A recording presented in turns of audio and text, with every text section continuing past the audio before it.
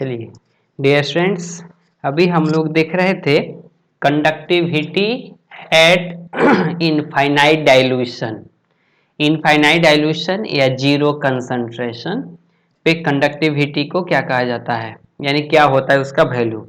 यानी infinite dilution पे conductivity maximum हो जाती है और फिर से उसको आप डाइल्यूट करेंगे तो उसकी कंडक्टिविटी में कोई चेंजेस नहीं होगा।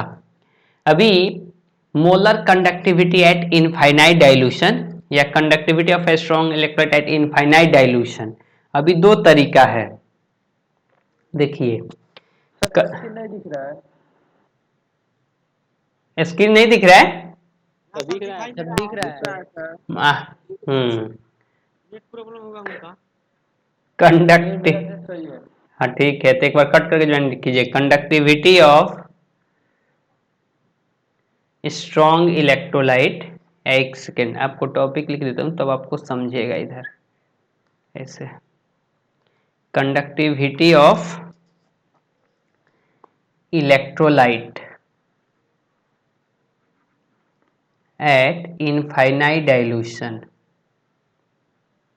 इनफाइनाइट डाइल्यूशन तो इसमें दो पार्ट हो जाता है। अभी कंडक्टिविटी मतलब एक्चुअली हम लोग मोलर कंडक्टिविटी देख रहे हैं, इक्विवेलेंट का भी सेम कंसेप्ट है। तो अभी molar conductivity at infinite dilution of strong electrolyte, molar conductivity of strong electrolyte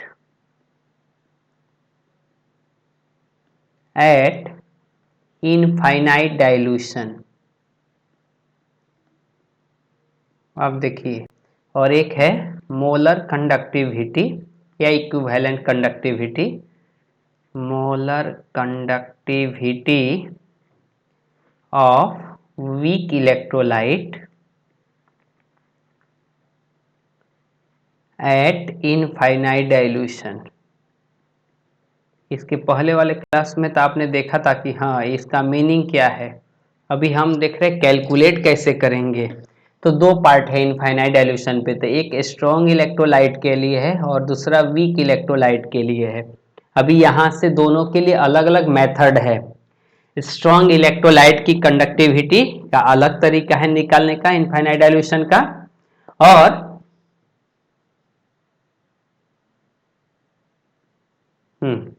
और वीक इलेक्ट्रोलाइट का अलग तरीका है। तो हम स्ट्रॉन्ग इलेक्ट्रोलाइट का पढ़ेंगे, फिर से वीक इलेक्ट्रोलाइट का देख लेंगे। अभी मोलर कंडक्टिविटी ऑफ मोलर या equivalent conductivity of strong electrolyte at infinite dilution. Hindi में से लिखते चलिएगा। हाँ हाँ, उसका हिंदी लिख रहा। इनफाइनाइट डाइल्यूशन पर, इनफाइनाइट डाइल्यूशन मतलब इनफाइनाइट का मतलब अनंत ना, अनंत। डाइल्यूशन मतलब अनंत। डाइल्यूशन का मतलब क्या बोलेंगे, तनु करने पर। अनंत तनु पर, यानी इनफाइनाइट डाइल्यूशन पर स्ट्रॉन्ग इलेक्ट्रोलाइट की चालकता, स्ट्रॉन्ग इलेक्ट्रोलाइट की मोलर चालकता। अब देखिए, सॉरी चालकता, इसमें एक साइंटिस्ट है जिसका नाम है डिबाई हक्कल ऑनसागर इक्वेशन। तो उन्होंने एक फॉर्मूला दिया हुआ है जिसकी सहायता से स्ट्रॉन्ग इलेक्ट्रोलाइट की कंडक्टिविटी एट इनफाइनाइट डाइल्यूशन निकाला जाता है। तो मैं लिख देता हूं, at conductivity of strong electrolyte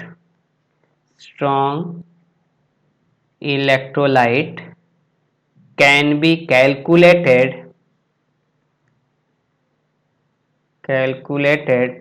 with the help of graph, with the help of graph which is based on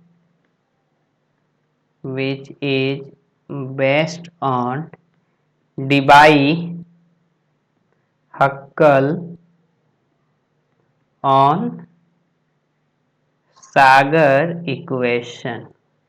ये साइंटिस्ट का नाम है Debye-Huckel on सागर इक्वेशन। अब ये इक्वेशन क्या है? इक्वेशन ऑफ सॉल्यूशन, यानी हिंदी में अगर लिखूं इसको तो क्या लिखूंगा? स्ट्रॉन्ग इलेक्ट्रोलाइट की चालकता, स्ट्रॉन्ग। सर इसमें HE का मतलब क्या है? क्या सर ऊपर लिखा है HE। अरे HELP, वाह, इतना इंग्लिश दमदार है। स्ट्रॉन्ग इलेक्ट्रोलाइट की मोलर चाल के चल रहा है इसीलिए। स्ट्रॉन्ग इलेक्ट्रोलाइट की चालकता ग्राफ के सहायता से निकाला जाता है। ग्राफ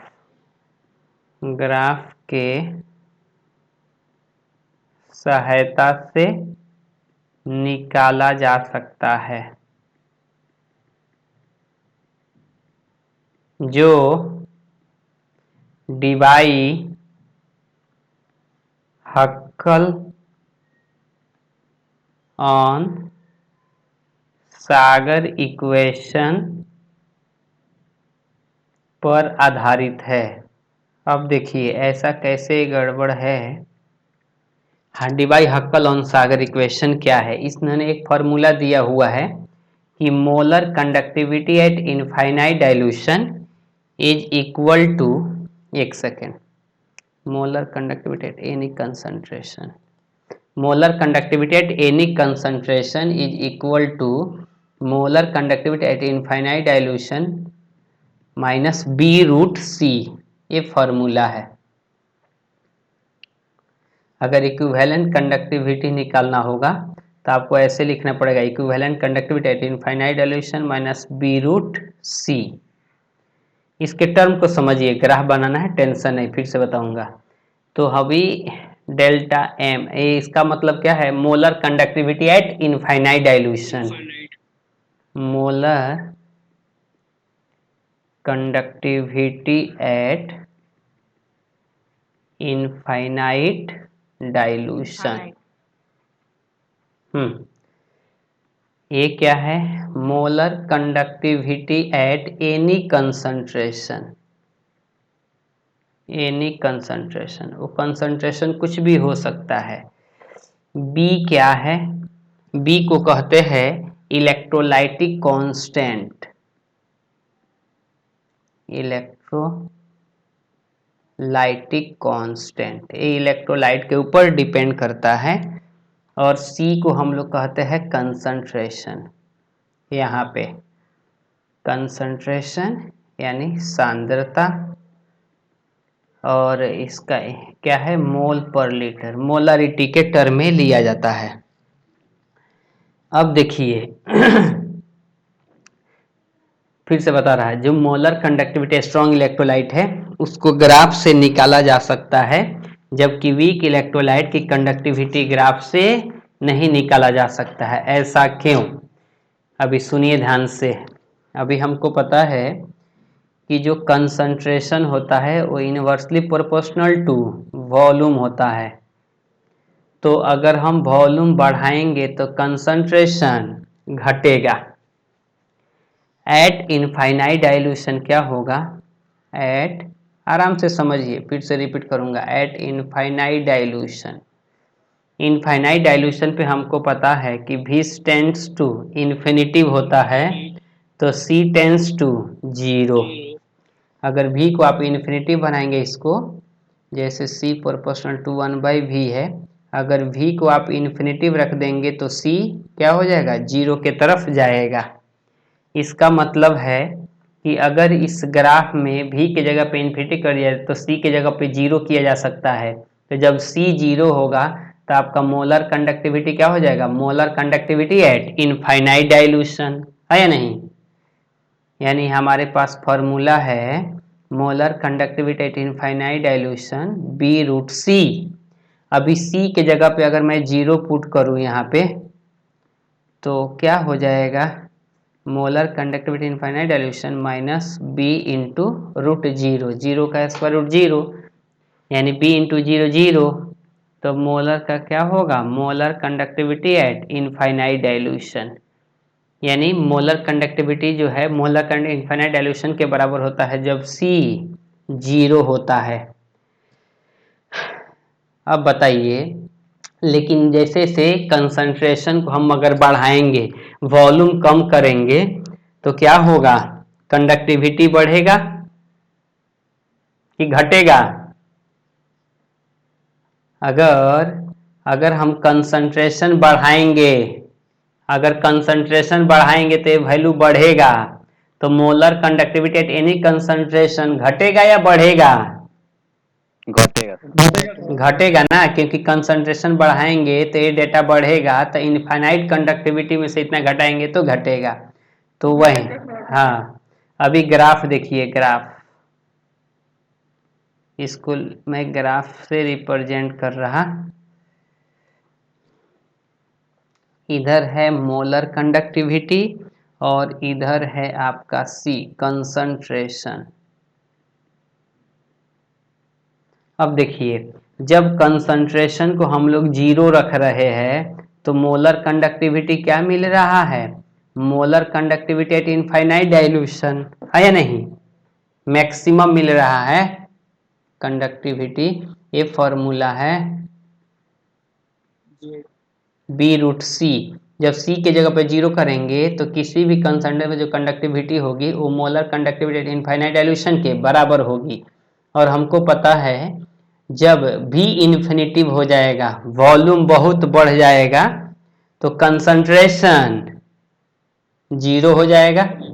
हाँ, तो अगर हम इसको कंसंट्रेशन को इस साइड बढ़ाते जाए, यहाँ पे सॉरी C लिखिए, हाँ इस डायरेक्शन में हम जाएंगे तो C बढ़ेगा, C बढ़ेगा, लेकिन वॉल्यूम, इसी को रुकिए, अब हम यहाँ पे ऐसे दिखा देते आपके ताकि डाउट खत्म हो जाए।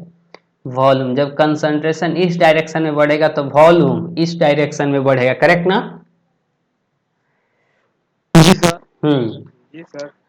अभी सर सुनिए ध्यान से, अगर कंसंट्रेशन इनफाइनाइट कर दिया जाए या कंसंट्रेशन मैक्सिमम कर दिया जाए, तब तो एक ऐसा टाइम आएगा जहां पे मोल, अगर ये दोनों सेम हो जाएगा तो मोलर कंडक्टिविटी 0 हो जाएगी। जी सर। तो इसको लेकर अगर ग्राफ बनाया जाता है ना, तो हमको एक ग्राफ आता है स्ट्रेट लाइन, ऐसा ऐसा यहाँ पे कट रहा है, यानी इस पॉइंट पे जो कंसंट्रेशन होगा तो क्या होगा, यानी मोलर कंडक्टिविटी आपका 0 हो जाएगा। तो होता क्या है, स्ट्रॉन्ग इलेक्ट्रोलाइट की कंडक्टिविटी 0 और मैक्सिमम मिल जाती है इस ग्राफ से, जबकि वीक इलेक्ट्रोलाइट का ग्राफ देखिए कैसे जाता है, ऐसा। एक मिनट में अलग बना देता हूं ताकि आपको कंफ्यूजन नहीं हो, एक सेकेंड। स्ट्रॉन्ग इलेक्ट्रोलाइट, ये बताओ अगर कंसंट्रेशन हम बढ़ाते जाए, कंसंट्रेशन बढ़ाते जाए तो ये वैल्यू घटेगा ना, ये वैल्यू बढ़ेगा नहीं बढ़ेगा, कंसंट्रेशन बढ़ाएंगे तो बढ़ेगा। तो एक ऐसा टाइम आएगा जहां पे मोलर कंडक्टिविटी इनफाइनाइट डाइल्यूशन के दोनों बराबर हो जाएगा, तो मोलर कंडक्टिविटी क्या मिल जाएगा, 0। तो मतलब final maximum value minimum value मिलता है, उसको लेकर मिलाया जाता है तो स्ट्रेट लाइन आता है। रुकिए एक सेकेंड, जबकि वीक इलेक्ट्रोलाइट के लिए देखा जाता है ना, तो एक सेकेंड, यहाँ पे है रूट कंसंट्रेशन, तो ये ग्राफ ऐसे जाता है, ऐसा, ये कहीं पे भी नहीं कट करता है। मतलब हम कंसंट्रेशन जब बढ़ाते जाएंगे तो कंडक्टिविटी धीरे धीरे धीरे धीरे घटते जाएगी, क्योंकि ये वीक है, और डाइल्यूशन इधर वॉल्यूम इस साइड में बढ़ रहा है, तो वॉल्यूम बढ़ाते हैं ना तो कंडक्टिविटी धीरे धीरे धीरे धीरे बढ़ती जाती है, क्योंकि मॉलिक्यूल 100% कभी टूटता ही नहीं है, तो मैक्सिमम कभी दिखाएगा नहीं दिखाएगा, वो धीरे धीरे धीरे धीरे बढ़ता है और वो मिनिमम भी नहीं दिखाता है। तो ना मैक्सिमम पॉइंट मिलता है हमको ना मिनिमम पॉइंट मिलता है। ए रेक्टेंगुलर हाइपरबोला के तरफ ग्राफ मिल जाता है, यानी कहीं पे एक्स एक्सिस इस एक्सिस को भी नहीं कट करता है, कंसंट्रेशन को भी नहीं कट करता है और मोलारिटी को भी कट नहीं करता है, तो वैल्यू मिलेगा हमको नहीं सर, नहीं मिलेगा। तो उसका ग्राफ ऐसे रेक्टेंगुलर हाइपरबोला जाता है। जबकि इस केस में स्ट्रॉन्ग इलेक्ट्रोलाइट का देखा जाता है, तो अभी तो हमको पता चल गया कि अगर कंसंट्रेशन को अगर हम लोग वॉल्यूम को इन्फिनिटिव कर देंगे, यानी वॉल्यूम बहुत बढ़ा देंगे, तो कंसंट्रेशन जीरो होगा। तो जब कंसंट्रेशन जीरो हो जाएगा तो कंडक्टिविटी मैक्सिमम कहीं ना कहीं हमको मिल जाएगी। वैसे ही जब कंसंट्रेशन बढ़ाते जाएंगे तो एक ऐसे टाइम आएगा कि ये दोनों वैल्यू बराबर आ जाएगा, तो मोलर कंडक्टिविटी किसी न किसी कंसंट्रेशन पे मैक्सिमम हो ही जाएगी, सॉरी जीरो हो ही जाएगी। कंसंट्रेशन बढ़ेगा तो मोलर कंडक्टिविटी इधर घटेगा। मान लीजिए आपने इतना कंसंट्रेशन बढ़ा दिया कि लग रहा है यार ये अप्रॉक्स सॉलिड के तरफ हो गया है, तो सॉलिड के तरफ हो जाएगा तो कंडक्टिविटी शो करेगा नहीं करेगा, यानी उसकी मोलर कंडक्टिविटी जीरो हो जाएगी। जबकि वीक इलेक्ट्रोलाइट के लिए ऐसा नहीं होता है, क्योंकि ना इसका मैक्सिमम मिलता है कहीं पे कट किया हुआ और नहीं कहीं पे मिनिमम मिलता है। तो इसलिए हम लोग कहते हैं कि वीक इलेक्ट्रोलाइट को अगर आप डाइल्यूट करेंगे ना तो उसकी कंडक्टिविटी बढ़ेगी, लेकिन धीरे धीरे धीरे धीरे धीरे बढ़ेगी, क्योंकि वो 100% टूटता ही नहीं ना। अगर वीक इलेक्ट्रोलाइट होता है उसका alpha less than equal to 5% होता है, जबकि स्ट्रॉन्ग इलेक्ट्रोलाइट का जो अल्फा होता है वो 100% होता है। तो ये थोड़ा पानी मिलाया तो टूट जाएगा, जबकि ये नहीं टूटता है। तो जब टूटेगा ही नहीं तो कंडक्टिविटी मैक्सिमम या मिनिमम दिखाएगा नहीं दिखाएगा। वो वीक है, 100% टूटेगा ही नहीं, यानी मैक्सिमम दिखाएगा ही नहीं। तो इसलिए वीक इलेक्ट्रोलाइट की conductivity Debye Hückel Onsager equation के बेस आधारित जो ग्राफ है उससे नहीं निकाला जाता है, नहीं निकाला जा सकता है, जबकि स्ट्रॉन्ग इलेक्ट्रोलाइट का निकाला जा सकता है क्योंकि वो ग्राफ को कट करता है। समझ रहे क्या? जी सर। तो ये स्ट्रॉन्ग इलेक्ट्रोलाइट का ग्राफ है, स्ट्रॉन्ग इलेक्ट्रोलाइट। और ये नेचर देखा गया है एक्सपेरिमेंट करके कि जब हम कंसंट्रेशन बढ़ाते हैं ना तो मोलर कंडक्टिविटी धीरे धीरे धीरे धीरे घटना चालू करती है, जबकि इसमें स्ट्रेट लाइन नहीं आता है। वीक इलेक्ट्रोलाइट के केस में इसमें सिंपल एक ग्राफ आता है रेक्टेंगुलर हाइपरबोला, मतलब कंसंट्रेशन बढ़ाएंगे तो कंडक्टिविटी घटेगी, लेकिन धीरे धीरे धीरे धीरे घटेगी। वो कब जीरो होगी नहीं पता चलता है, कब मैक्सिमम होगी पता नहीं चलता है। तो ऐसा ग्राफ मिलता है वीक इलेक्ट्रोलाइट। और हमको पता है ग्राफ से आंसर तभी निकलता है जब वो एक्स एक्सिस या वाई एक्सिस को कट करेगा, तभी तो पता चलेगा ना। यदि वो एक्स एक्सिस या वाई एक्सिस को कट ही नहीं कर रहा है तो हमको आंसर मिलेगा नहीं मिलता है। तो इसलिए कहा जाता है कि वीक इलेक्ट्रोलाइट की कंडक्टिविटी ग्राफ से नहीं निकाली जा सकती है, जबकि स्ट्रॉन्ग इलेक्ट्रोलाइट की कंडक्टिविटी ग्राफ से निकाली जा सकते हैं। समझ गए क्या? जी sir.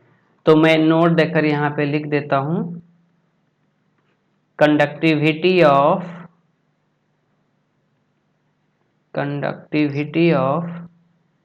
Weak electrolyte cannot be calculated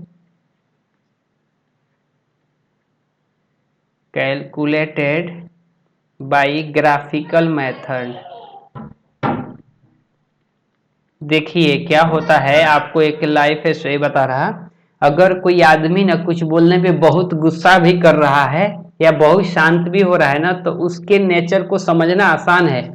लेकिन अगर आप कुछ बोल रहे हो, आदमी रिस्पॉन्स ही नहीं कर रहा है, ना गुस्सा भी नहीं हो रहा है ना शांत भी हो रहा है, तब उसके नेचर को पहचानना बहुत मुश्किल जाता है, क्योंकि इंटरनली वो क्या सोच रहा है हम नहीं बता सकते हैं। करेक्ट ना? जब वो मुंह खोलेगा ही नहीं तो हमको क्या पता चलेगा उसकी क्वालिटी। तो ऐसा ही स्ट्रॉन्ग इलेक्ट्रोलाइट तो है, पता चल जाता है कि मैक्सिमम मिनिमम होगा, लेकिन ये वीक इलेक्ट्रोलाइट नेचर उसका पता नहीं चलता है कि कहाँ पे कैसे दिखा रहा है, क्योंकि वो टूट भी नहीं रहा है और जीरो के तरफ भी नहीं जा रहा है। समझे क्या? जी सर। हाँ, ये नेचर ऐसा है। जी सर। तो इसलिए वीक इलेक्ट्रोलाइट, अब कोई बोलेगा तो वीक इलेक्ट्रोलाइट की कंडक्टिविटी निकालेंगे कैसे एट इनफाइनाइट डाइल्यूशन? तो वीक इलेक्ट्रोलाइट की कंडक्टिविटी निकालने के लिए एक अगला साइंटिस्ट है जिसका नाम है कोलरॉस लॉ। अगला टॉपिक सुनिए, conductivity of weak electrolyte at infinite dilution. Science मतलब इसमें क्या है, एक नहीं हुआ तब दूसरा खोजना चालू हो जाता है कि जब नहीं निकालेंगे तो कोई ना कोई तो मेथड होगा।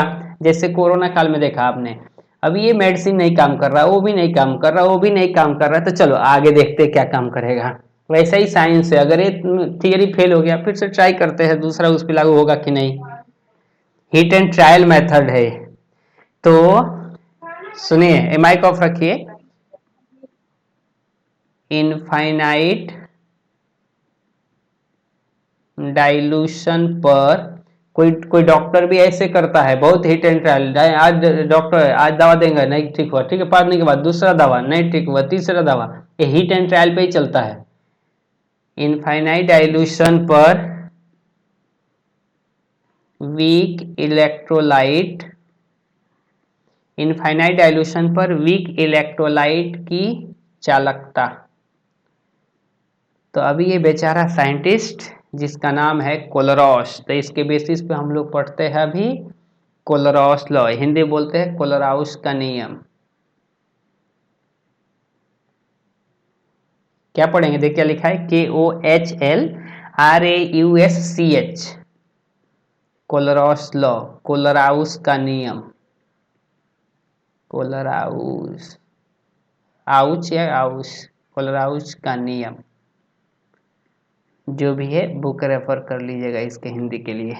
अभी देखिए ये क्या कह रहा है, पहले समझिए फिर से लैंग्वेज लिखेंगे। यहाँ पे मैं लैंग्वेज लिख के दे दूंगा। अगर ए बी एक वीक इलेक्ट्रोलाइट है तो ये टूटेगा A plus plus B minus. तो वो कह रहा है कि देखो अगर ये वीक इलेक्ट्रोलाइट है तो अगर इसकी कंडक्टिविटी अगर आप निकालना चाहते हो, यानी molar conductivity of A B, एक सेकेंड थोड़ा इसको लिखना अलग तरीके से है, molar conductivity of A B at infinite dilution. तो क्या करो, ये एक ही कंडक्टिविटी एट इनफाइनाइट डाइल्यूशन किसी तरीके से पता कर लो, यानी molar conductivity of A plus at infinite dilution और बी की conductivity at infinite dilution minus पता कर लो। और आप क्या करो, दोनों को जोड़ दो, यानी दोनों आयन की अगर कंडक्टिविटी एट इनफाइनाइट डाइल्यूशन पता कर लेते हैं और दोनों की कंडक्टिविटी को जोड़ देंगे तो हमको उसका molar conductivity at infinite dilution मिल जाएगा। समझ रहे क्या? जी सर। हाँ, लेकिन इसमें क्या है, बहुत ध्यान देना है आप लोग को कोफिशिएंट का। जैसे मैं एक सिंपल फिर से बता रहा, अगर CH3COOH ये वीक इलेक्ट्रोलाइट है, कैसे टूटेगा, CH3COO minus plus H plus. तो अगर molar conductivity of CH3COOH eight infinite dilution पता करना है तो हमको कहीं से पता करना पड़ेगा molar conductivity of CH3CO minus eight infinite dilution plus molar conductivity of H plus at infinite dilution. तो दोनों जोड़ देंगे तो हमको एसिटिक एसिड की कंडक्टिविटी एट इनफाइनाइट डाइल्यूशन मिल जाएगी। समझ रहे कि ना? जी सर। तो ये नियम क्या है, eight infinite dilution,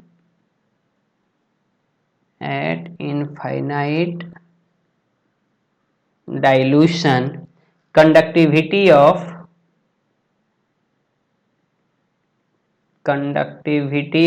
weak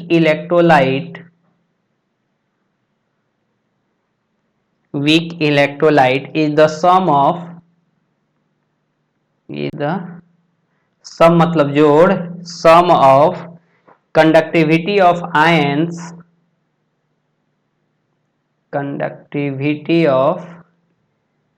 its ions at infinite dilution।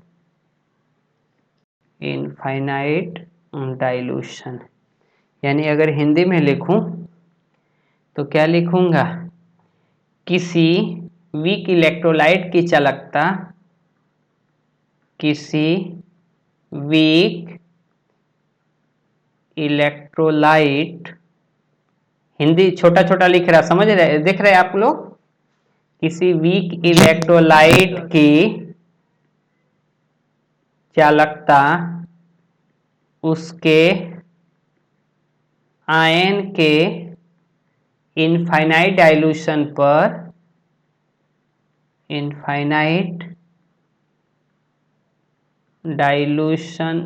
पर एक सेकेंड,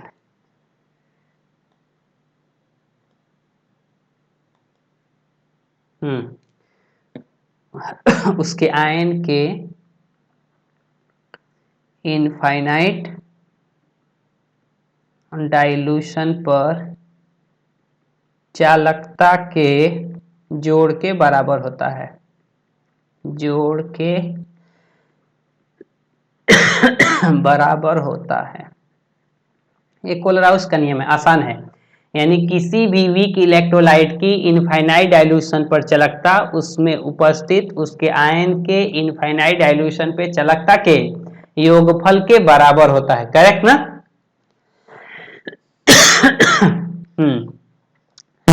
अब देखिए, अगर मैं फिर से क्वेश्चन पूछ रहा, अगर मान लीजिए molar conductivity of Al2SO4 whole thrice, एक सेकेंड, ये तो आपको अगर मान लीजिए अगर ये वीक इलेक्ट्रोलाइट हो गया, ठीक है, वीक एसिड वीक बेस, या अगर हम इसको वीक इलेक्ट्रोलाइट मानते हैं, ये तो आएगा स्ट्रॉन्ग में, लेकिन उतना भी स्ट्रॉन्ग नहीं। तो क्या करेंगे आप, कैसे निकालेंगे? सबसे पहले इसके आयन को आप तोड़ेंगे। कैसे? अभी हमको पता है Al2 और SO4 का होल थराइस, ये टूटेगा कैसे? 2 times Al3 plus 3 times SO4 minus 2, correct ना? जी सर। तो molar conductivity at infinite dilution जो होगा वो 2 टाइम्स होगा किसके? Al के, यानी molar conductivity of Al3 plus at infinite dilution plus 3 times molar conductivity at infinite dilution of SO4 minus 2। यहाँ पे कॉफिशिएंट ध्यान देना है, मोलर कंडक्टिविटी के केस में ये कॉफिशिएंट भी रहता है, नहीं तो गड़बड़ हो जाएगा। समझ रहे क्या? जी सर। पहले वाले एग्जाम्पल में मैंने डायरेक्ट लिख दिया, लेकिन जब कॉफिशिएंट आएगा तो आपको उसके कॉफिशिएंट को लिखना है, तब आपको एक्चुअल उसके वैल्यू मिलेगा। लेकिन अगर कोई बोलेगा नहीं, अगर हमको इक्विवेलेंट कंडक्टिविटी है तब कैसे निकालेंगे, तो ये भी देख लीजिए कि अगर हमको इक्विवेलेंट कंडक्टिविटी निकालना है, अगर equivalent conductivity of CH3COOH eight infinite dilution निकालना है, तो अभी हमको पता है कि जब हम इसको तोड़ेंगे CH3COOH तो इसका तो कॉफिशिएंट 1 है और n फैक्टर भी 1 है, तो कोई टेंशन नहीं। तो molar conductivity of CH3COO minus eight infinite dilution plus equivalent conductivity at infinite dilution of H plus. लेकिन बहुत सारे लोग को टेंशन होगा नहीं कि अगर Al2SO4 होल थराइस हो गया तब क्या करेंगे, यानी equivalent conductivity of Al2SO4 whole thrice. तो इस केस में कुछ भी नहीं करना है, डायरेक्ट Al3 प्लस का इक्विवेलेंट कंडक्टिविटी, यानी equivalent conductivity of Al3 plus equivalent conductivity of SO4 minus 2 ही लेना है। इसमें कोफिशिएंट क्या है उससे कुछ मतलब नहीं है, ये कोफिशिएंट 1 ही होगा। कोई बोलेगा ऐसा क्यों, तो एन फैक्टर। अब देखिए एल जब आप लिख रहे हैं AL3 प्लस 2 टाइम्स, तो एन फैक्टर कितना 6 हो रहा है इसका। और इसमें भी जब आप लिख रहे हैं 3SO4 माइनस 2, तो इसमें भी 6 हो रहा है। तो एन फैक्टर से जब हम अगर आप निकालेंगे, आप क्या करेंगे कि जब मोलर कंडक्टिविटी निकाल के इसकी इक्विवेलेंट कंडक्टिविटी निकालेंगे तो 6 से तो डिवाइड करना पड़ेगा ना। अगर आपको बताया था ना कि इक्विवेलेंट कंडक्टिविटी क्या होता है, बाई एन फैक्टर। तो एन इधर आप मल्टीप्लाई करेंगे फिर से डिवाइड करेंगे तो क्या हो जाएगा, मीनिंग हो जाएगा सेम। तो आप क्या करेंगे, डायरेक्ट आप एक कर सकते हैं काम, कंफ्यूज होने से अच्छा है कि जिसका अगर इक्विवेलेंट कंडक्टिविटी अगर मान लीजिए Al3 प्लस का मोलर कंडक्टिविटी दिया है तो डायरेक्ट आप इक्विवेलेंट कंडक्टिविटी निकाल लीजिए इस फॉर्मूले से, और दोनों आयन की इक्विवेलेंट कंडक्टिविटी का सिंपल जोड़ कर दीजिए। और ये आपको पढ़ना भी नहीं है इक्विवेलेंट कंडक्टिविटी। इसमें कुछ डाउट है क्या? No sir. अभी मैं एक आपको क्वेश्चन बता रहा, चलिए यहाँ पे क्वेश्चन देखिए दिया हुआ है। एक सेकेंड, एक क्वेश्चन मैं बता देता हूँ और आपको दे देता हूँ। देखिए ये दिया हुआ है कि molar conductivity at infinite dilution of किसका Fe2C2O4 का होल थराइस। इसका डाटा दिया हुआ है, ये कह रहा है 800 ओम inverse centimetre square mole inverse है, और molar conductivity of C2O4 minus 2 eight infinite dilution वो जो है 60 है ओम inverse centimetre square mole inverse. तो कह रहा है कि molar conductivity at infinite dilution of Fe3 plus आप निकालो। तो सबसे पहले ये हमको निकालना है, तो अभी सबसे पहले हमको पता है कि molar conductivity at infinite dilution जो Fe2C2O4 का होल थराइस है वो क्या होगा, जब हम Fe2C2O4 के होल थराइस को तोड़ेंगे तो क्या मिलेगा, यानी 2 times Fe3 plus 3 times C2O4 minus 2, correct ना। तो यहाँ पे क्या आ जाएगा 2 times molar conductivity at infinite dilution of Fe3 plus 3 times molar conductivity at infinite dilution of C2O4 minus 2, correct ना। जी सर। तो ये डेटा तो हमने लिख लिया। अभी क्या किया है इन लोगों ने, इसका डेटा दिया है, इसका डेटा दिया है और इसका डेटा पूछ रहा है, तो वैल्यू पुट करके नहीं निकाल सकते।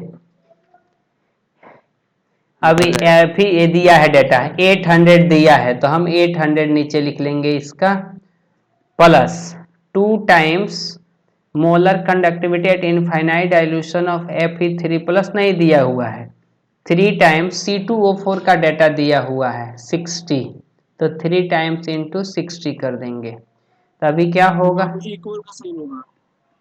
तो 800 equal to 2 times molar conductivity at infinite dilution of Fe3 plus 6 3 जा 18, ये प्लस इधर जाएगा तो माइनस, तो 800 minus 180 equal to 2 times molar conductivity at infinite dilution of Fe3 plus, कितना हो जाएगा 0 2 और 6, करेक्ट ना, 620 हो जाएगा और डिवाइडेड बाई 2 कर देंगे तो molar conductivity at infinite dilution of Fe2 plus, तो कितना हो गया 2 3 जा 6 310 molar conductivity of Fe2 plus at infinite Fe3 plus at infinite dilution.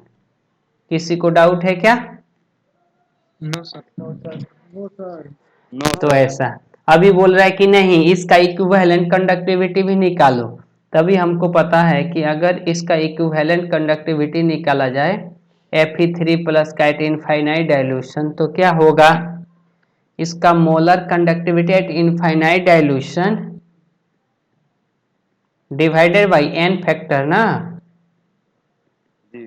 तो 310 डिवाइडेड बाई इसका n फैक्टर है 3, तो कितना हो जाएगा 3 1 जा 3, 0 3 3 जा 9.33, तो इसका यूनिट हो जाएगा ohm inverse centimetre square equivalent inverse. किसी को डाउट है? No sir. चलिए तो एक और क्वेश्चन देता हूँ, एक और क्वेश्चन में होमवर्क में दे रहा, ये आसान है, आप ट्राई कीजिएगा, जो डाउट होगा कल बताएंगे। तो दिया हुआ है molar conductivity at infinite dilution of Ca2+, इसका डेटा दे रहा है 100 ohm inverse centimetre square mole inverse, और molar conductivity at infinite dilution Al3+, ये भी दिया हुआ है, ये है 90 ohm inverse centimetre square mole inverse. Unit पे ध्यान दीजिए, यूनिट गड़बड़ इधर उधर नहीं होना चाहिए। Molar conductivity at infinite dilution PO4-3 दिया हुआ है 30 ओम inverse centimetre square mole inverse, और हमसे पूछ रहा है कि फाइंड निकालो molar conductivity at infinite dilution of Ca3PO4 का होल ट्वाइस एंड AlPO4, तो निकलेगा क्या? अब देखिए 3 आयन दे दिया है, अगर इसका निकालना है तो कैल्शियम और PO4 चाहिए, तो दिया है कैल्शियम और PO4। अगर AlPO4 का चाहिए तो Al का दिया है, PO4 का दिया है, तो दोनों को नहीं निकाल सकते आप। जी सर। तो ये बहुत ही आसान है, इसको एक बार पढ़िए, जो डाउट है कल पूछिए, ठीक है।